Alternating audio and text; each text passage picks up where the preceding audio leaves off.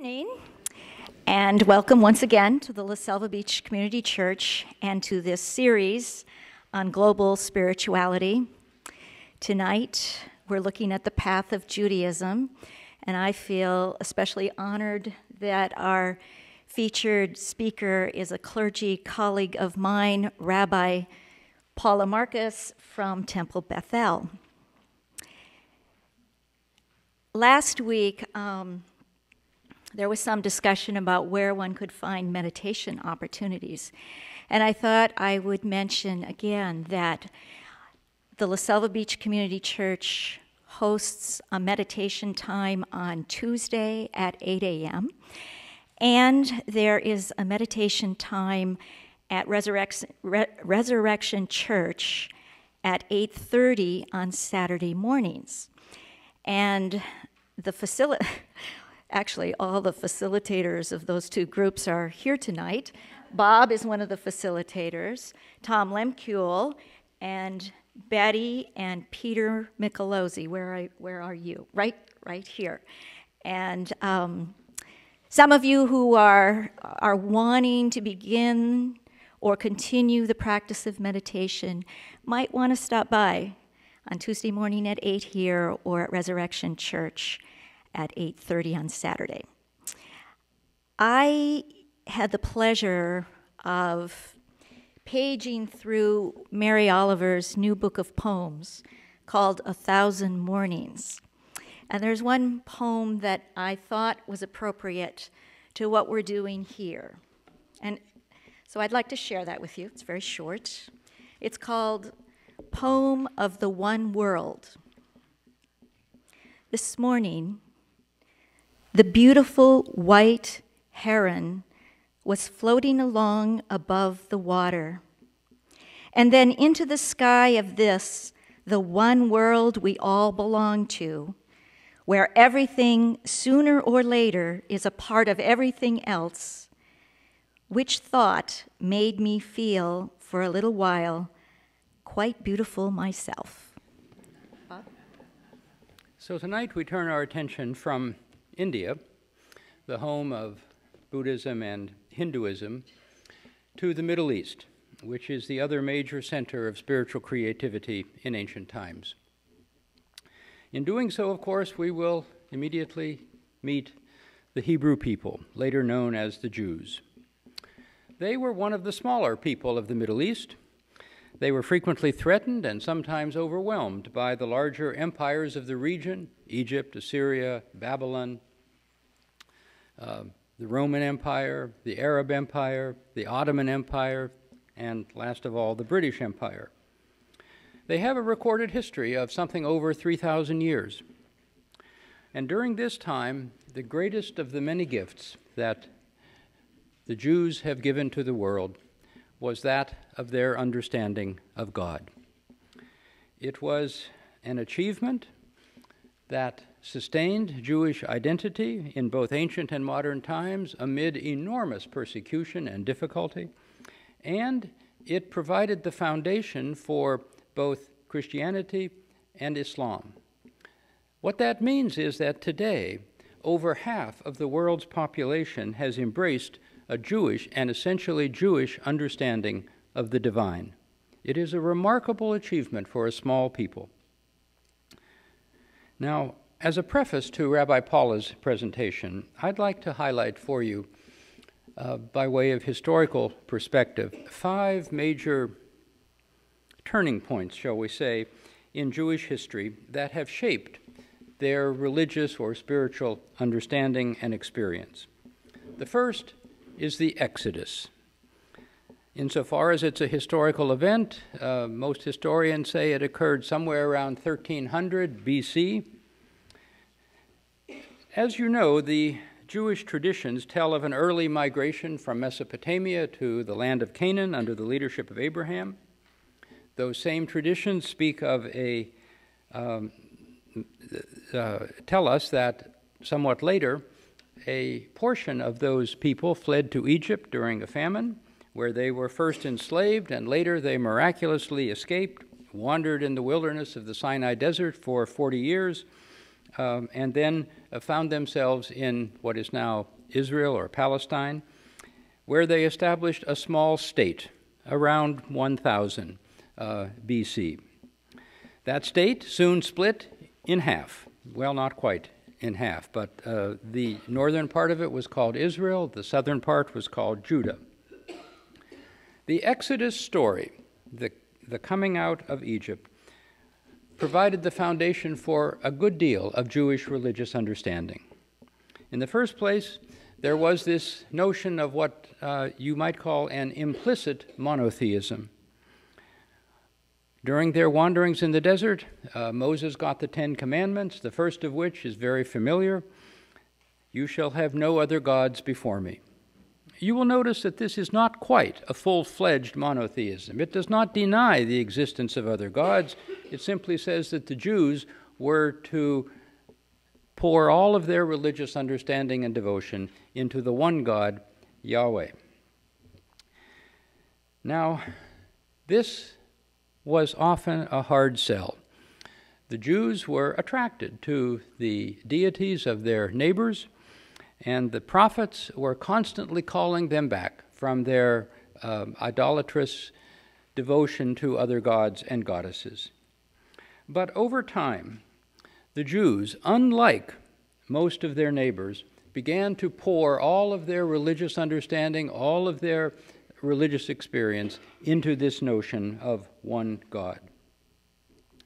Associated with this implicit monotheism was the idea of a covenant, an agreement, a contract between God and the Jewish people. In exchange for their obedience, God would bless them and guide them. It was an agreement that made both parties accountable and set up a continuing dialogue and even a continuing argument between them. Connected to this idea, of course, was the notion of the Jews as a chosen people. Their being chosen was not primarily a great privilege, or it did not necessarily bestow good fortune upon them at all times. But it meant that they were set apart as a witness to the holiness of life. It was this understanding of their identity, that they were a people called out, set apart, that gave the Jews their distinct identity. It was not land, it was not ethnicity, it was this religious sense of being called out and set apart that provided the core of Jewish identity. And finally, the Exodus taught the Jews that their God acted in history. He brought them out of slavery in Egypt, he took them to the Promised Land, he brought the Assyrians and Babylonians to punish them when they strayed from their side of the covenant. And so the Jewish God, unlike the conceptions of the divine that were prominent in India, the Jewish God acted in history. In India, by contrast, time moved in enormous, endless cycles, and matters of the spirit had little connection to the events of history. Jewish religious understanding was very different. A second major turning point is exile. The northern state of Israel was conquered by Assyria in 722 BC, and many of its inhabitants were deported to distant regions where they were assimilated into the local culture. In 586 BC, the kingdom of Judah, the southern kingdom, likewise came under Babylonian control. Jerusalem was destroyed, so was the temple. The Ark of the Covenant, which had resided in the temple, vanished, and the elite class of Judah was shipped off to exile in Babylon. And it was there, in Babylonian exile, that these people, now calling themselves Jews, retained and renewed their cultural identity, and later a small number of them were able to return to their homeland and to rebuild the temple. Now, the religious impact of their exile in Babylonia, in the Babylonian Empire, was very important. It is here that some Jews made the transitions to a genuine monotheism. I am the Lord. There is none else. There is no God beside me, writes the second Isaiah. This was a product of the exile and was a little bit different than what Moses received on Mount Sinai, where he was told, there are no other gods before you. Now, there is no God beside me. Furthermore, some Jews picked up ideas from Persian Zoroastrianism that became a part of Jewish religious thinking. Ideas about Satan and demons, about heavens and hell, about resurrection from the dead and final judgment. Furthermore, in the absence of the temple, where ritual sacrifices had been performed, the synagogue now became the primary meeting place for Jews, where the Torah was read and where prayers were made. And finally, out of the exile, there came this recurrent theme of Jewish religious understanding, the notion of exile and return that was embedded in Jewish religious thinking and has returned time and again. Now, the return to the homeland and the rebuilding of the temple, the Second Temple, did not end Jewish difficulties with their neighbors. They continued to be governed by the successors of Alexander the Great, who had conquered much of the Mediterranean world. After 63 BC, they were under Roman control.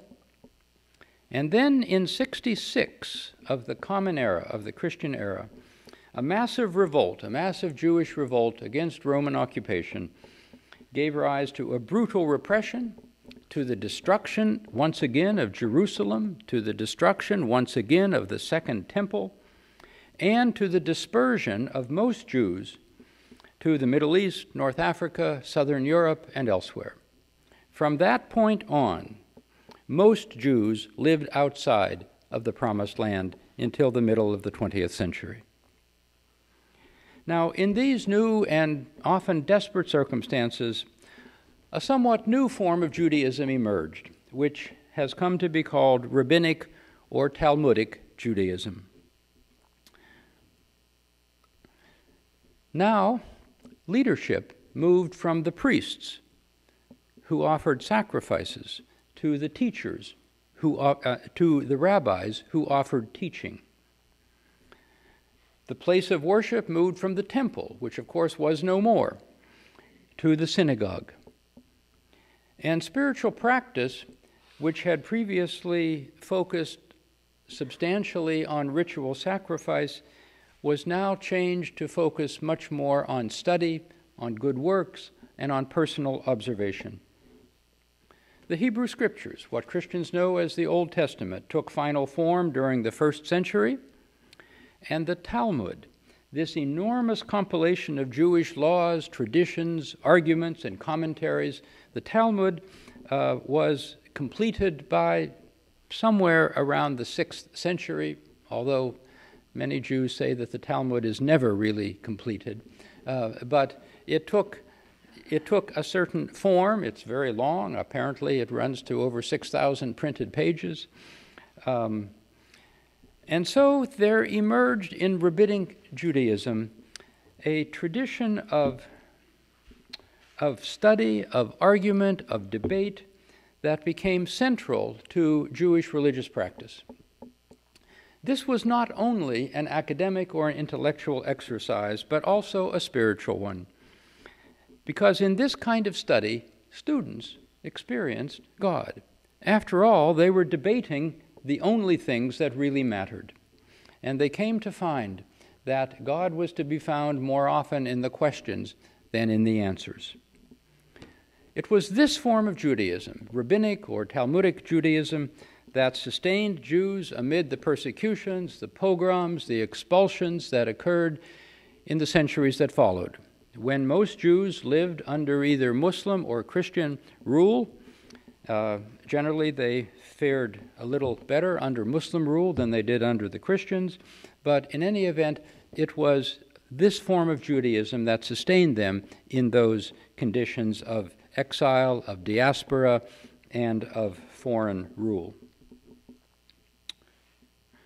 Another turning point in the history of Judaism came with modernity. That is, with science, with the Industrial Revolution, with democracy, with Enlightenment notions of progress, rationality, and tolerance. Now, modernity has been problematic for almost all religious traditions because its focus, of course, is on this world, not on some unseen world. But for some Jews, modernity also meant a return to the world, an opportunity after centuries of living as rejected and isolated minorities in Christian Europe, an opportunity to return to a fuller participation in the civil life of the societies that they inhabited. This was most true, of course, in Western Europe and in the United States in the 19th century, when Jews gained civic freedom, citizenship in their respective countries, access to university life, more open opportunities in various professions. And the response of Jews to these new conditions, to modernity, gave rise to various forms of Judaism. One, of course, was what we now call Reform Judaism. It was, in the eyes of the Reformers, Judaism was a progressive and changing faith. The Talmud was not necessarily final or authoritative. Sabbath services could be shortened and offered in the vernacular rather than in Hebrew. One of the major reformers of the mid-19th century, Rabbi Abraham Geiger, put it this way: Judaism is not a finished tale. There is much in its present form that must be changed or abolished. It can assume a better and higher position in the world only if it will rejuvenate itself. Now, in response to this kind of sensibility, a second modern form of Judaism took shape that we know as Orthodox. It affirmed the Torah as the final and complete revelation of God. It put much more emphasis on practice than belief. You could believe pretty much whatever you wanted, but you needed to keep the Sabbath, to recite prayers in Hebrew, to maintain the dietary codes.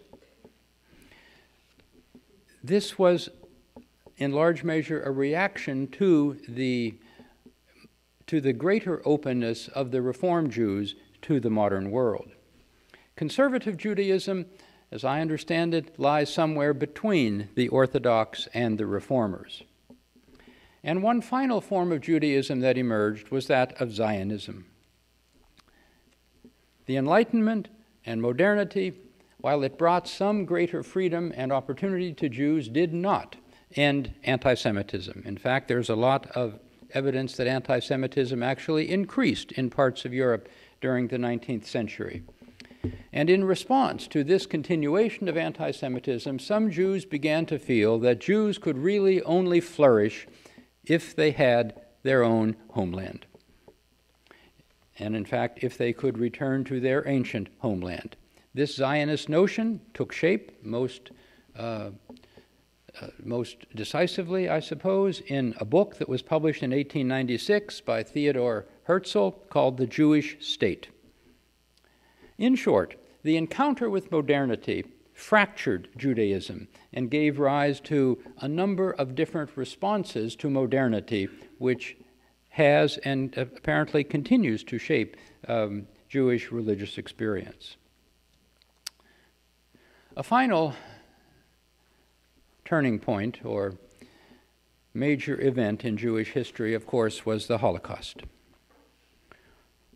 It was a profound challenge to Jewish religious understanding, which elicited a variety of responses from Jewish thinkers. For some, it was a tragedy that called for mourning and lamentation in much the same way that other major tragedies of Jewish history did. Such people began to think about the Holocaust in the spirit of Tisha B'Av. Tisha B'Av is an annual day of of fasting and mourning that commemorates the destruction of both the first and the second temples, and some Jews, in light of the Holocaust, began to assimilate the Holocaust to these other tragedies of Jewish life. On the other hand, some Jews were driven to despair. Some said that God died at Auschwitz, and the Jews would have to go on being Jewish without God. Others, such as Elie Wiesel, drew on this ancient tradition of arguing with God. He said that the Holocaust gave Jews the right to be angry with God, even to put him on trial for breaking his side of the covenant. Out of the Holocaust also emerged in many quarters an intense feeling that Jews must unite across the lines of their diversity. Whatever the division between secular and religious, between Reform, Orthodox, Conservative, or Zionist Jews, in light of the Holocaust, all Jews, they said, must accept one another as Jews.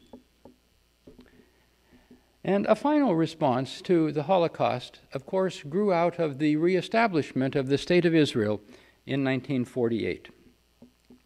The birth of Israel, following on the Holocaust, fit the Jewish story of exile and return. It was obviously experienced as miraculous by millions of Jews and a source of hope after an unprecedented catastrophe. In the course of their long history, the Jews have given this great gift to the world of their distinctive religious or spiritual understanding. And that is an understanding which our speaker tonight is going to share with us. Rabbi Paula was born in New York, as she says. She got a BA in Judaic Studies from SUNY Binghamton, a master's degree from the Academy of Jewish Religion in Los Angeles. She has served Temple Bethel since 1980, first as a teacher in the religious school, later as a cantor, and since 2004 as a rabbi.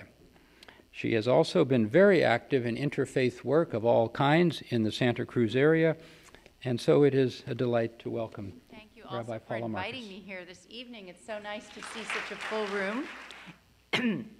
And I want to just let folks know that this emerged from a greeting in a meeting that both Bob and I were at, about 2 months ago, I want to say. Was it 3 months ago? We were together at a luncheon for the launching of the Charter for Compassion work that some of us have been doing in the Santa Cruz area to try and encourage the city and the county of Santa Cruz to become a city of compassion along the lines of Karen Armstrong's work. Many of you may be familiar with that. So it's the birth of this gathering for me. My invitation came from that, and I want to raise that up. And I want to start by singing a song that comes from Psalm 99. And the words are very simple, and I'll sing them in English and in Hebrew. And the melody was written by a rabbi in Berkeley, Rabbi Menachem Creditor. And the words in Hebrew are, Olam Chesed Yibaneh. A world of compassion will God build. So there's a part that's just lie, lie, lie, which is probably the easiest one for you to start with. Olam Chesed Yibaneh. Ya la la, ya ya, la la la la la. That's your part. Let's try it. Ya la la, ya la, ya la la la la. Olam Chesed Yibaneh. Ya la la, ya ya, ya la la la la. Olam Chesed Yibaneh. Ya la la, ya ya, ya la la la la. Olam Chesed chesed yibaneh. Ya la la, ya la la la la. I will build this world from love. Ya la la, ya la la la la. And you must build this world from love. Ya la la, ya la la la la. And if we build this world from love, ya la la, ya la la la la, then God will build this world from love. Ya la la, ya la la la la. And if we build this world, and if we build this world from love, ya la la, ya la la la la, then God will build. Then God will build this world from love. Ya la la, ya la la la la. May it be. Well, I also have to admit that I feel very much at home in a place where the minister starts with a Mary Oliver poem. So thank you so much. It just feels like this world that we're in is getting smaller and smaller, and as it's branching out, the paths are converging. And so I'm just so grateful for that. And I'm so grateful that I live in a community where we do this together, because it's really a gift, and it's not like that everywhere. It should be, but it's not. So I have a lot of things that I'm hoping we'll talk about this evening, and you have the handouts. But I want to just start with a few things that, Robert, that you sparked. I'm looking to see where you are. And really a few things that you made me think about that I think would be interesting for us to explore before we move into the texts. So you said something that sparked my my remembrance that, you know, the Jewish people are known by a number of different names in the Hebrew itself. And so the first name that you mentioned are the Hebrews, right? And in Hebrew that word is Ivrim. And it comes from the word ivri or over, which means to cross. So the Jews were the Ivrim, the people who crossed boundaries, who moved around. Some people say it comes from a tribe called the Hapiru, which is sounds very much like the word Ivrim. But so that's one of the places where we take our names. We're boundary crossers. We moved around a lot. Another word that's quite familiar are the Yehudim. That's usually translated as the Jews. And that comes from the word lehodot, which means to give thanks. And it comes from the name Yehudah, right? Judah, right? Because when she was so happy to have a child, right? Because Rebecca had been barren, right? Yehudah, lehodot, to give thanks, right?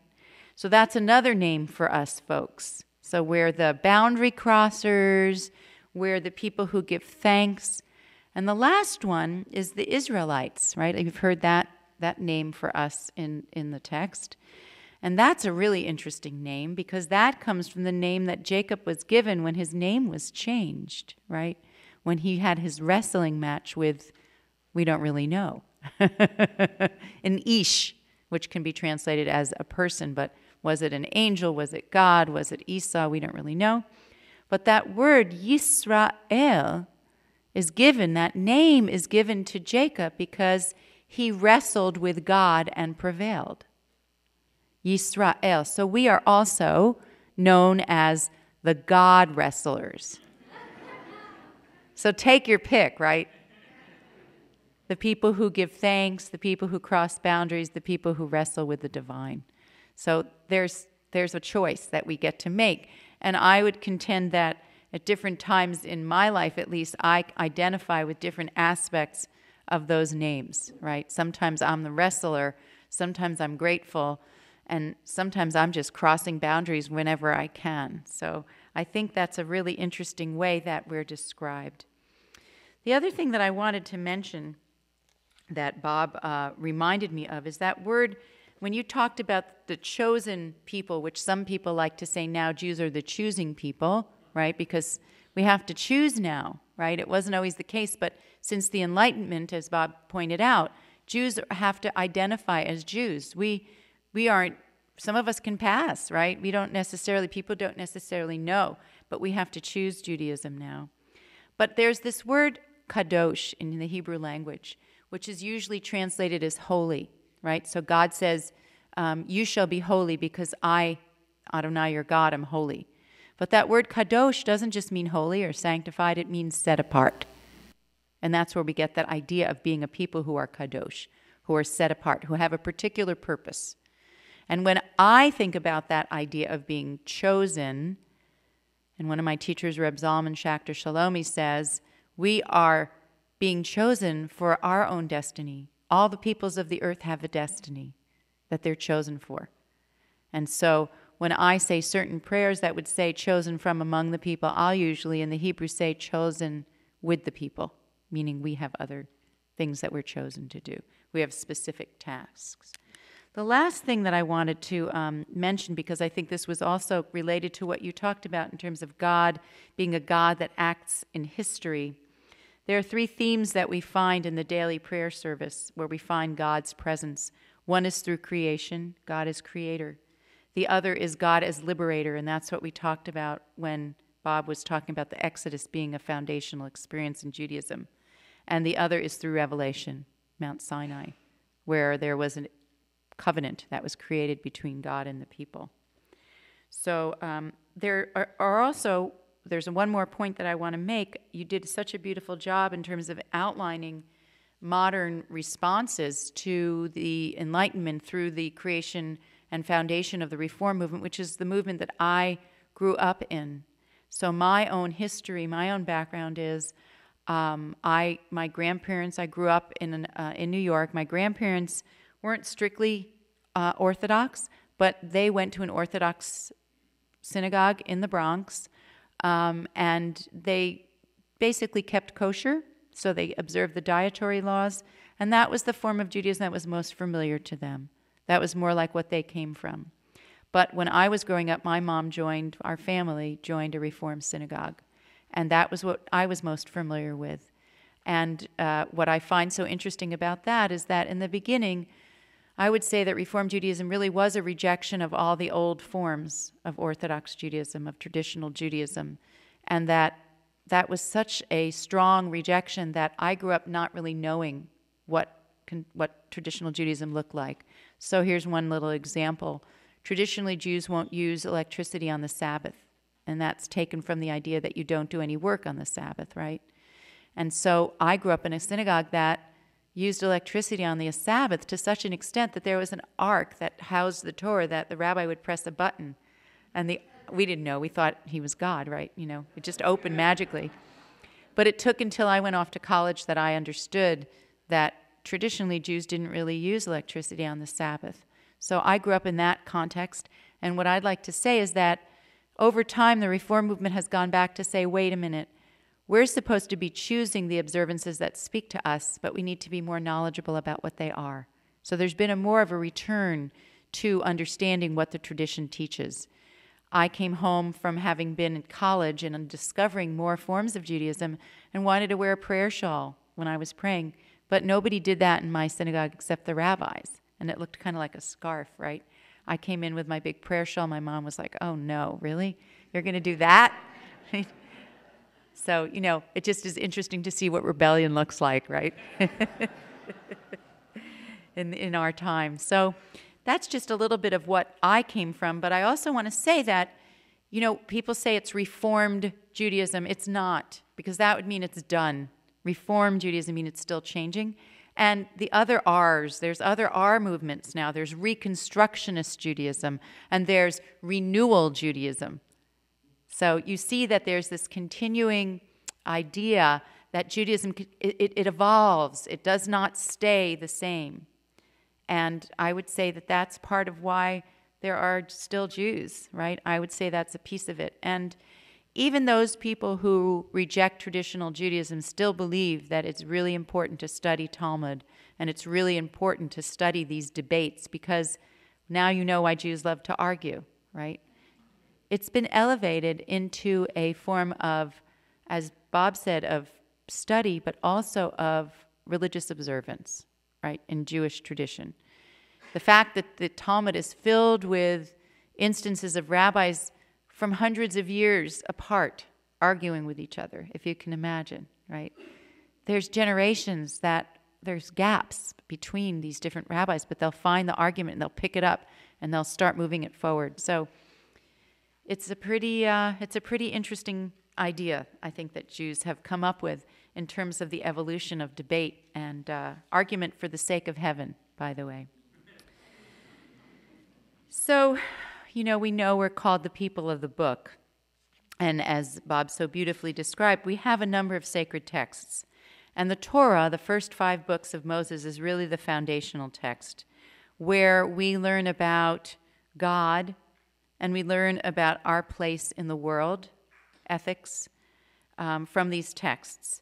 So off of the Torah came another book, or kind of volumes of book, called the Mishnah. And the Mishnah came before the Talmud, but now it's part of the Talmud. The Mishnah was redacted in 220 of the Common Era by Rabbi Yehuda Hanassi. And the Mishnah was the first reflection of debates between 1st century BCE and 2nd century CE. Through that period of time, the group of rabbinic sages. And the word Mishnah means repetition. So these things originally were oral comments, and then they were written down and redacted. It teaches oral traditions by example, meaning presenting actual cases that would happen, that would be brought to judgment. And it brings to everyday reality the practices of the commandments, the mitzvot, that you find in the Bible. So someone would say, okay, so it says this is what the laws of kashrut are, of kosher. Don't boil a kid in its mother's milk. What does that really mean? So the Mishnah came about as a collection of judgments that were made around this. And really, the Mishnah aims to cover all aspects of human living and to serve as an example for future judgments. And most importantly, to demonstrate how biblical law was put into practice.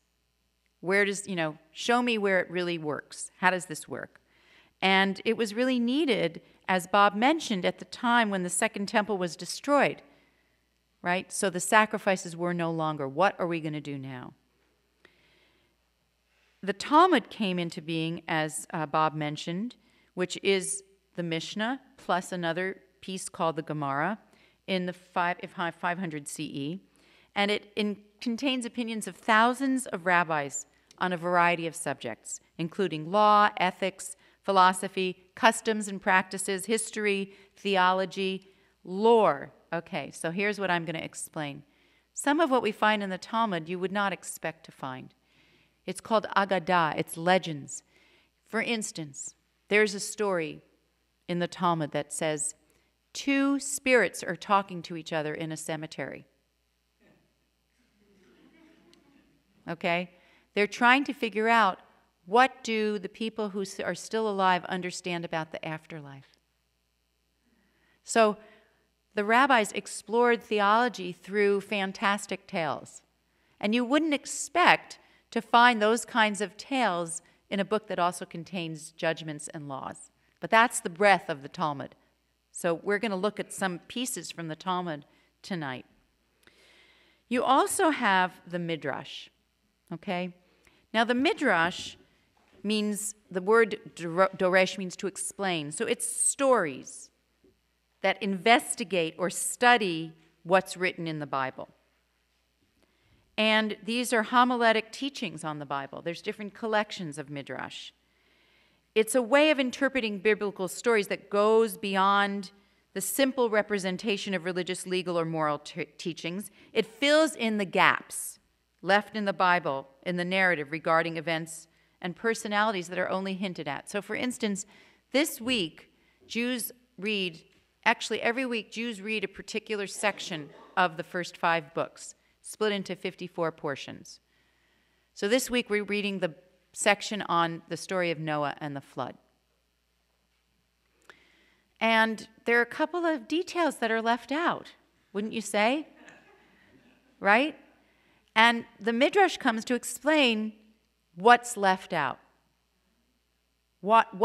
Or for instance, over the last 30 years, I want to say, you see women writing Midrash.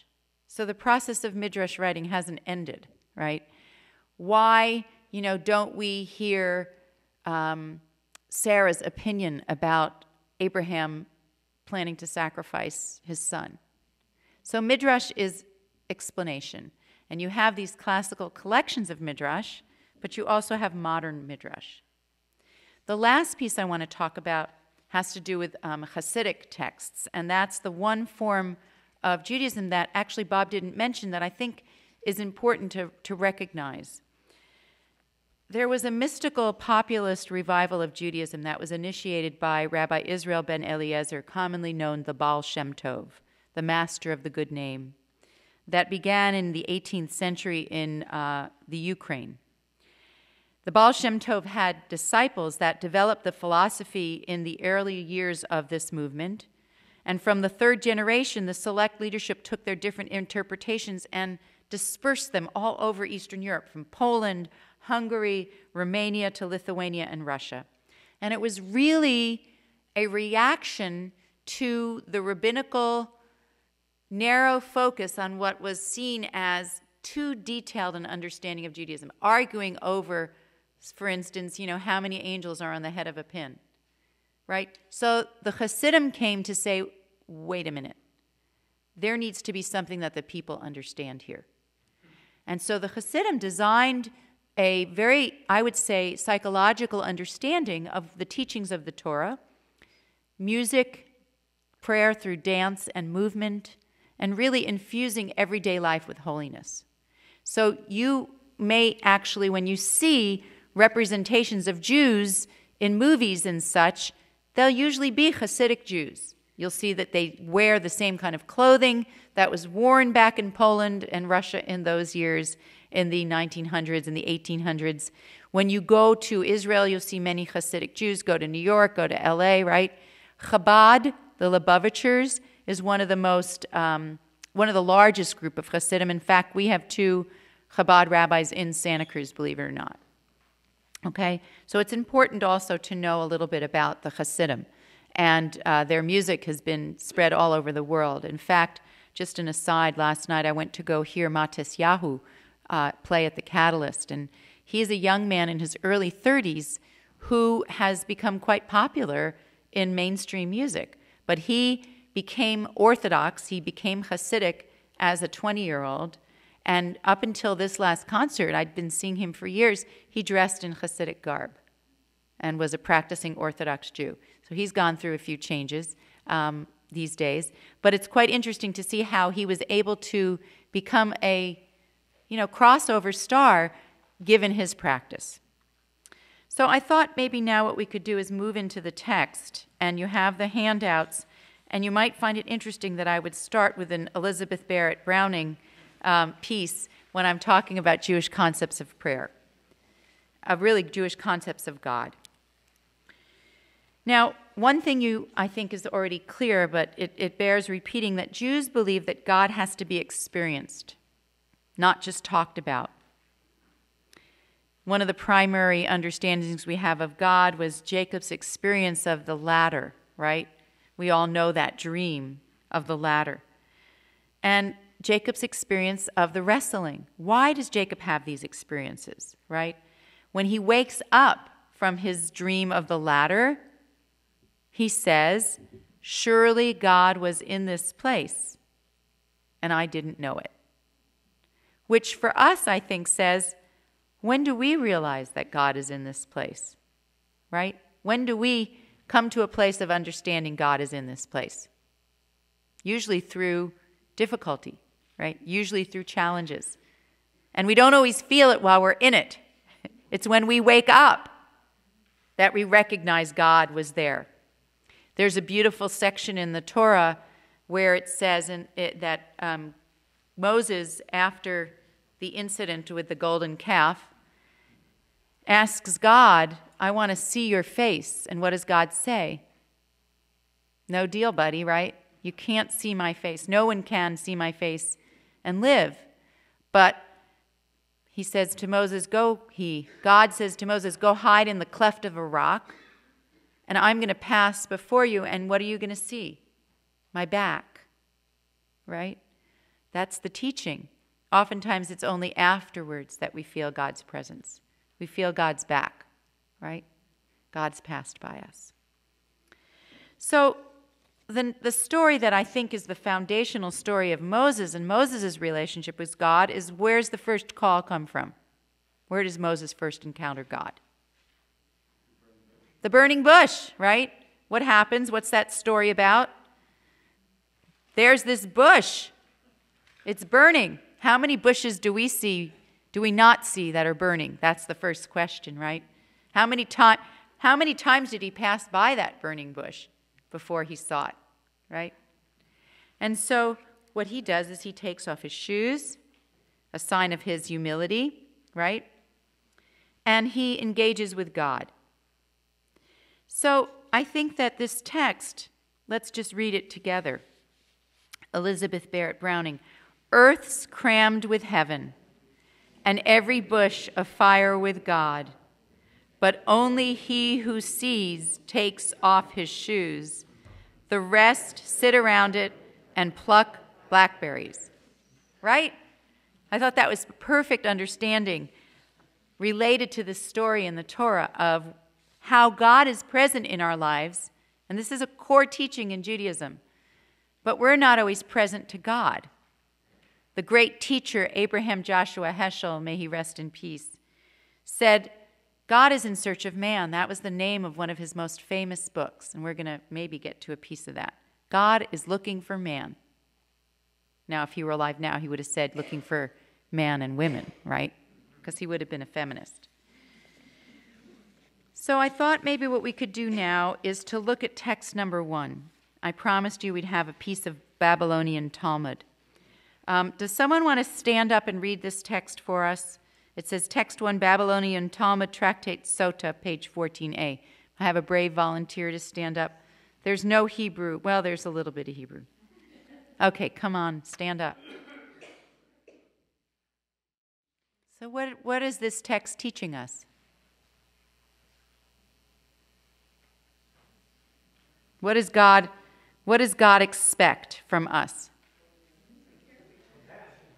Compassion, take care of each other. Why? It's what's moral, okay. It's what God does for us. It's what God does for us. God expects nothing else except that we be like God. Right? I mean, isn't that a beautiful teaching? I find it so inspiring. God makes claims upon us. Remember when Bob said, this is a covenant that goes both ways? Right? God has an expectation of us. We have an expectation of God. And God expects for us to be God-like, to imitate God. Okay. Let's look at the next text. Who would like to read this? So this is a text from Midrash, from the Sifra, which is a commentary on Leviticus. Anybody, any brave volunteers? How do you spell Midrash? Midrash. Midrash. Okay, you get to do the reading then. Okay, so I promised you we'd get a little arguing. Well, here we go.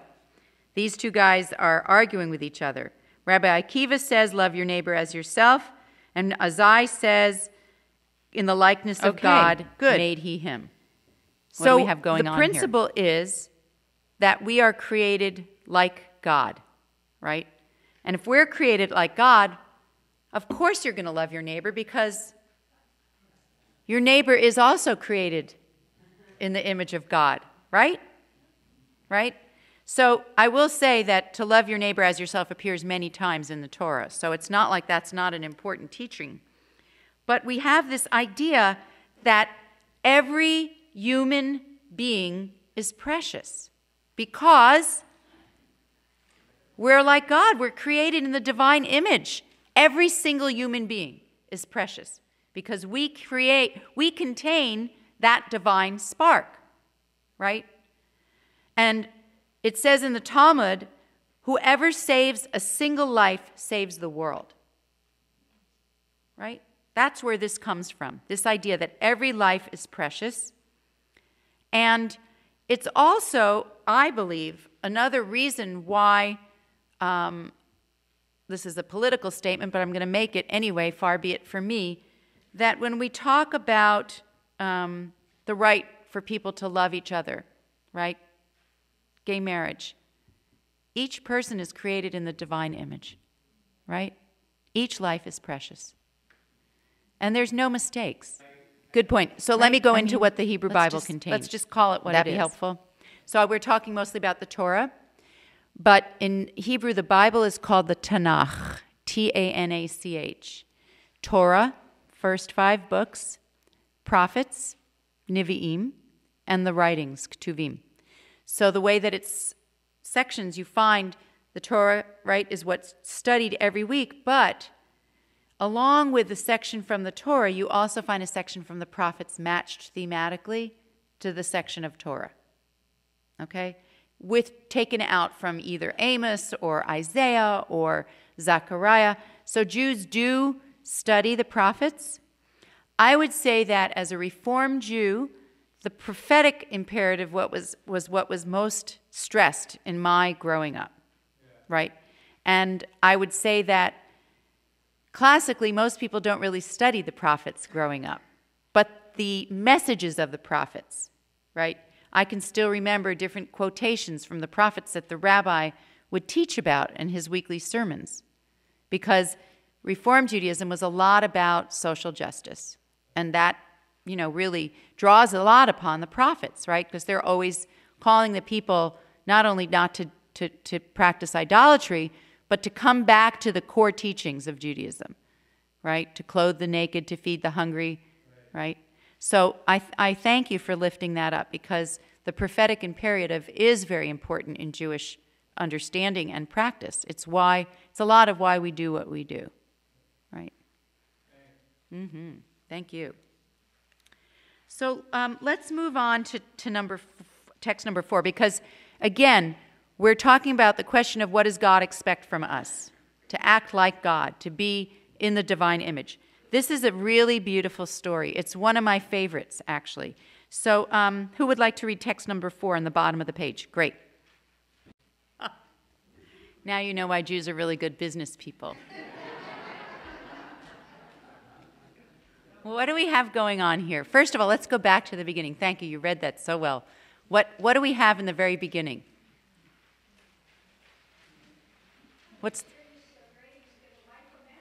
Okay, their sin is so great, but even before that, what's the first section say? Well, how great Abraham. Right, so how great, but even before that, what's the first opening sentence? God is thinking out loud. Right? God's going, should I tell this guy, what I'm going to do? Like, should I make this decision on my own? Isn't that interesting? I mean, you talked about God and acting in human affairs. This is God thinking out loud. I love that. You don't find that very often. What should I do? Just take care of this myself, or should I get involved with this pain in the butt, right? Okay, so God reveals to Abraham, and Abraham goes for it. What are we learning from this?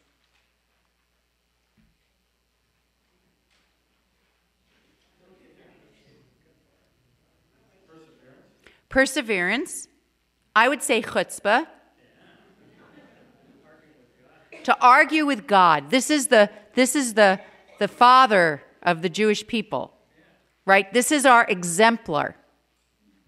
Now, I will tell you that in relationship to Noah, Abraham looks pretty good, because Noah, go build the ark, or I'm going to destroy the earth, no problem. Right? And the text actually says he was a righteous person in his generation. Maybe if he lived when Abraham was around, he wouldn't have been such a hot number, right? He went and built that ark. Abraham, on the other hand, said, wait a minute. So why was Abraham so great? Compassionate, right? Involved. You know, I think part of the teaching here is the world's not perfect. The world is not perfect. It takes human agency to intervene. Right? This is a perfect setup. Why would God be thinking out loud if God thought that Abraham would go along with this plan? God knew that Abraham was going to do this, or something like it. Right? Yes? Did God know that there were no righteous people at all? Well, that's a really interesting question. Did God know? So, I mean, there would be a different Goshen position you would be in. Right. If he had that knowledge. Right. That's a really good question. I think that, I have a student this week it's his bar mitzvah this week, and he asked a similar question. It's like, does God know all this stuff? God learns. In the Torah, God learns. I think that's the bottom line. Jews believe that God learns. And the comparison that this young 13-year-old made was when his parents decided to have children, they learned about what it would be like to be a parent. But it wasn't until he was a living child that they really learned what it meant to be a parent.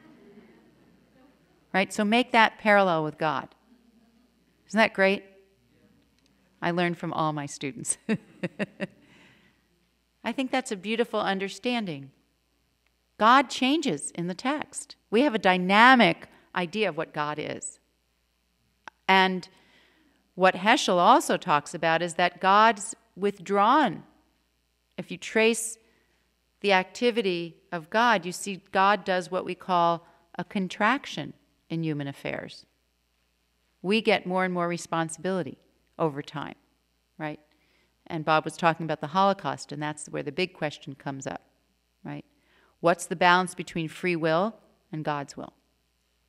And as this young person said, God didn't create us to be robots. I love that. Let's see. So was there anything else we wanted to say about this particular story? Anything else about the story of Sodom and Gomorrah?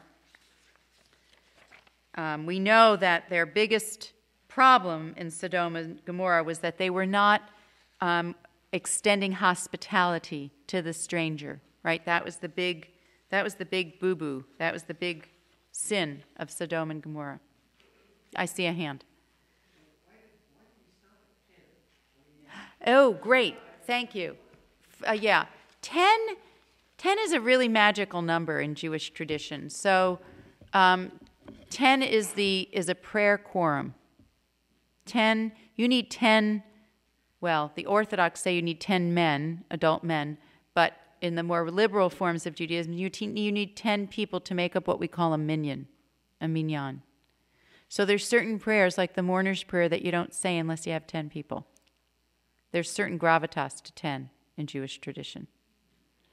So that was a good question. Yes? So can you petition God with prayer? Because God ultimately destroys Sodom and Gomorrah, right? So Abraham's petition sort of fell on deaf ears. Well, is that the case? Did his words fall on deaf ears? I mean, look at what happened when they got over to Sodom and Gomorrah, and there you got Lot offering up his daughters. There's human agency in this story. They didn't do such a great job, right? You might have had one person praying, but the behavior wasn't exactly exemplary. They weren't all Abraham, right?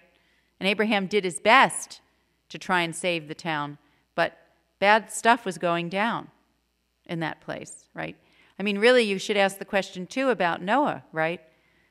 Before Judaism, the whole place was wiped out except for him and his family and the animals that he took on the ark. There are times when humans help God change God's mind.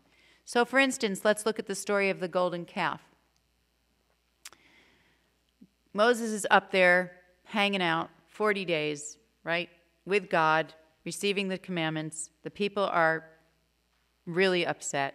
They're really scared. Their leader, who's been schlepping them around the wilderness, is gone. And they build this golden calf. What happens? Moses comes down the mountain. The people are having a big fat party with the calf. Right? The tablets break. Some say he threw them. Some say the letters flew off. It's all different understandings of what happened. Who's really angry there? Well, Moses is, but take a look at what God does. God's like, I'm done. I'm going to destroy these people. So Moses becomes God's therapist. Okay? It's not just petitioning God, frankly. It's changing God's mind. And the first approach that Moses has in that story is, you know, you don't really want to do this. What are the other nations going to say when they see you made this big deal, you got them out of Egypt, and then you couldn't even get them to obey you? You destroy them, the game's over, right? We're all done here. So Moses petitions, convinces, counsels God into changing God's mind about destroying the people. So yeah, there are figures in the Torah who have an impact on God. And Moses is really, I would say, the quintessential example of that. So what's the deal with Noah? What do you mean? What do you mean, what's the deal with Noah? Well, how do you train a child? Oh, we talked about that today. We have this lovely little song, Rise and Shine and Give God Your Glory, Glory, right? How do you explain a do-over? Yeah. How do you explain that to a child? It's a very hard thing. It's a very hard thing. Have you ever felt like, something can't be saved, that something is not redeemable, that something is not, things have gotten so off kilter that you need to start over again? It's a really hard lesson. I have a problem with it. And I think that it's such a hard lesson that's why we have the covenant. That's like, okay, so this destruction happens, and God says, I'm never going to do that again. Right? But I think one of the ways that we explain the flood, sadly, and I don't know if you can explain this to a child, is what we're doing right now to the earth. Right? We have consequences for our actions. There are consequences. And very sadly, we can relate to the story of the flood right now. Because there are floods that are killing thousands of people on our planet. Okay, I don't mean to get us all bummed out here, but if you want to talk about the story of Noah, we have a real life living example. We don't know what those people did, really, that was so bad. But there's an undoing of creation that's happening in our time. Let's just be honest. And so I draw an analogy between the flood and what's happening right now as a consequence of our actions. Yeah. So I have a brother-in-law who says, don't worry about confinement, because God can snap his fingers and make everything good. Are you from New York, too?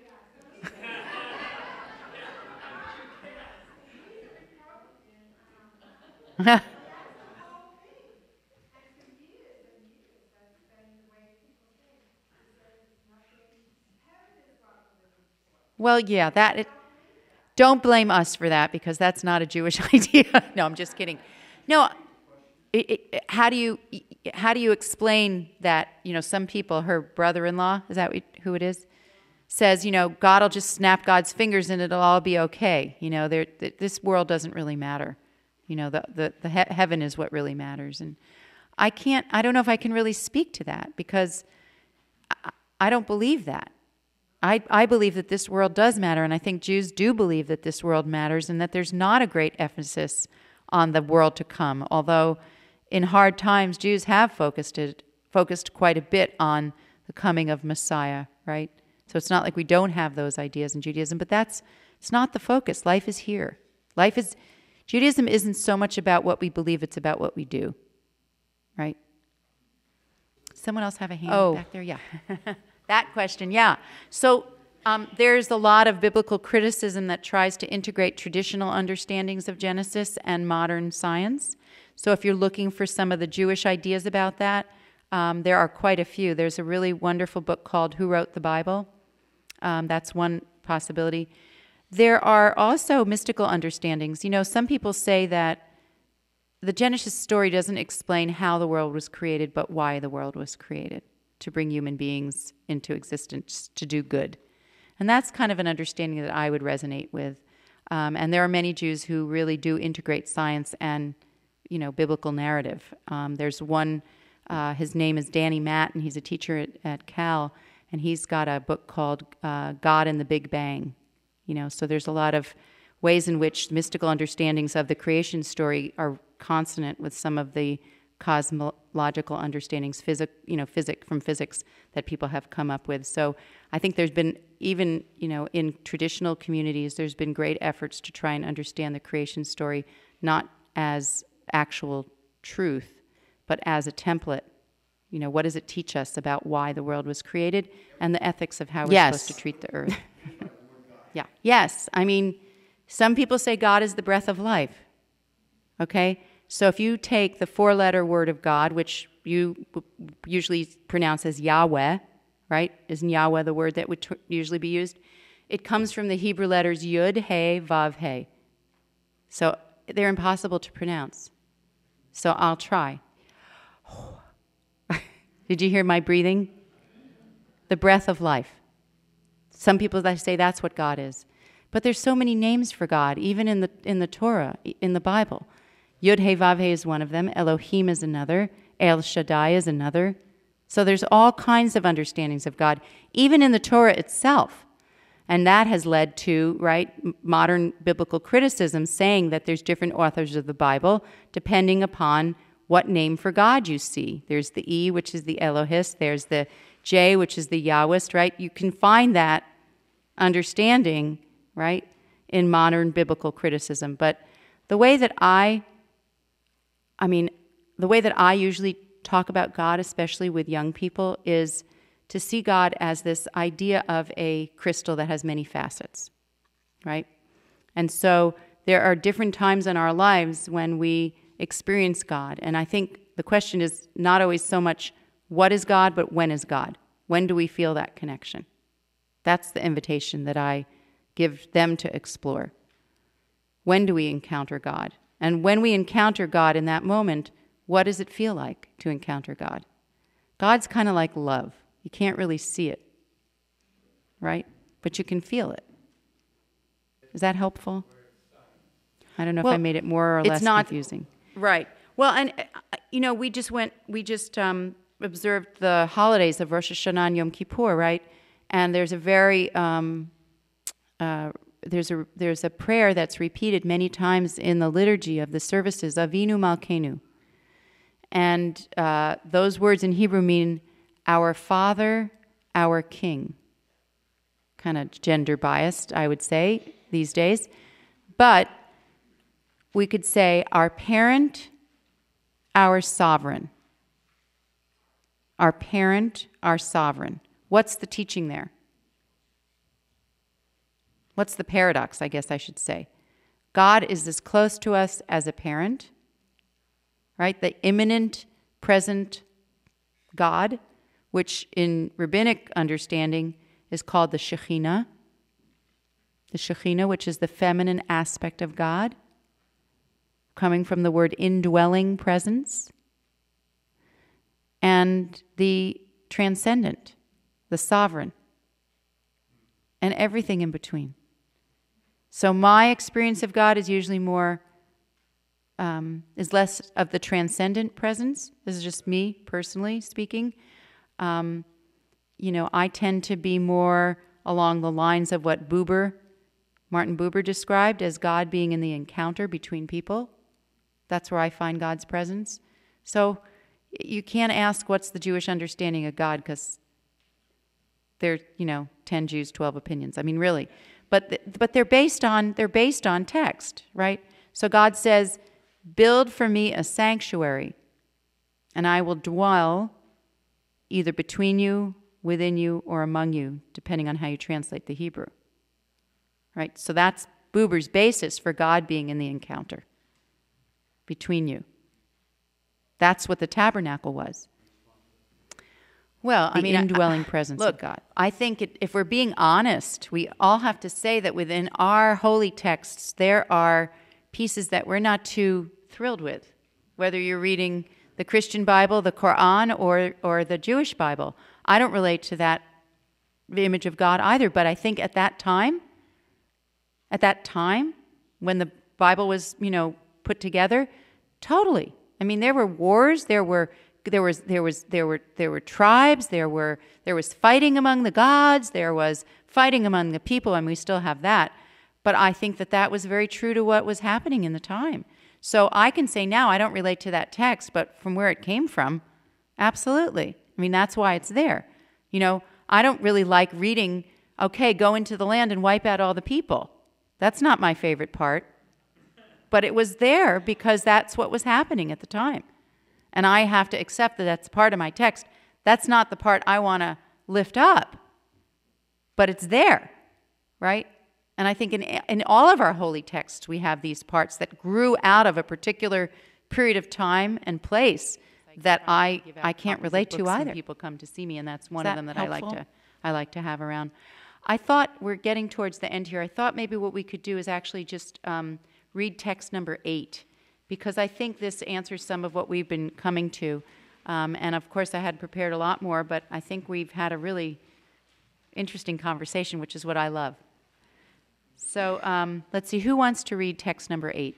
It's really beautiful. It's written by Harold Kushner, and he wrote the book Why Bad Things Happen to Good People. Yeah, got into a lot of trouble. Really interesting guy. Anybody want to read that? Text number 8? Yeah. Oh, sorry. After text number 7. Are they really? Page 73. That's what it says on the bottom, right? Which it isn't, but. Someone want to read that? Were you going to volunteer over there? No, it's too long. You want to do it? Okay, go for it. To that question about 10, that we need a minion to affect prayer. We need other people where we can have our own private prayers, but that there's something about coming together. And the way I like to think about it is, it's not only with the people who are in the same place as us, but it's with the people all over the world who we know are also doing the same thing, and the people who came before us who are doing the same thing. There's that backwards and horizontal and future as well. So, shall we sing? Let's sing what we started with, okay?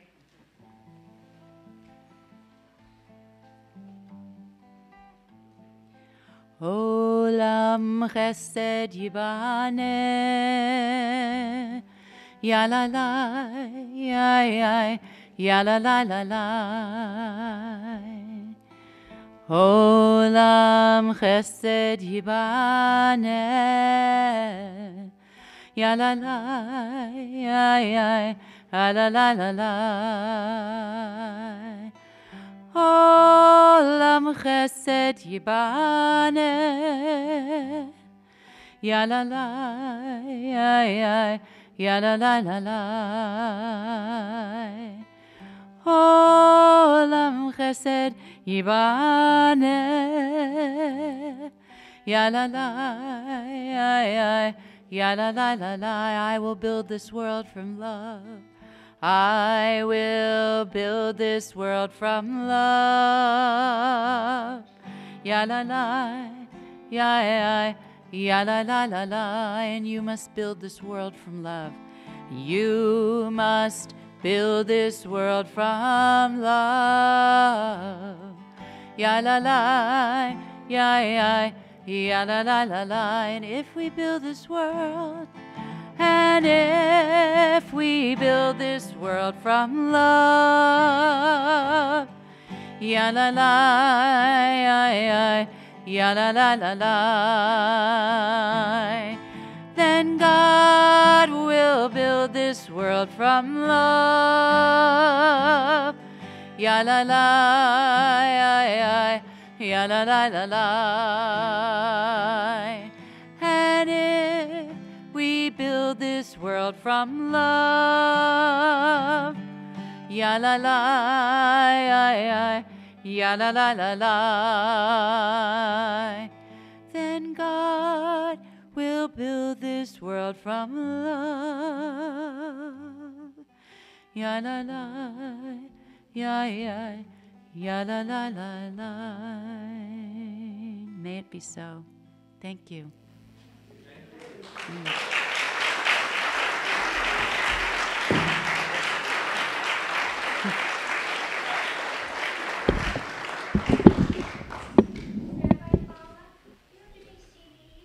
Oh, actually not. Isn't that crazy? But we're kind of working on one. Our Rock Shabbat band has been working on recording. Tomorrow night, if you don't have anything to do, 7:30 at Temple Bethel. Lots of music. Thank you indeed, Rabbi Paula. You have not only told us about Judaism, you have brought us into the process that is Judaism. Thank you. When do you have services? 7:30 on Friday nights. And Temple Bethel is next to Corral? Right next to Cabrillo. You're welcome. In the next 2 weeks, we will be turning to that, shall we call it a daughter faith of Judaism, which is Islam. So next week, mainstream Islam, and the week after that, the Sufi version of Islam. Until then.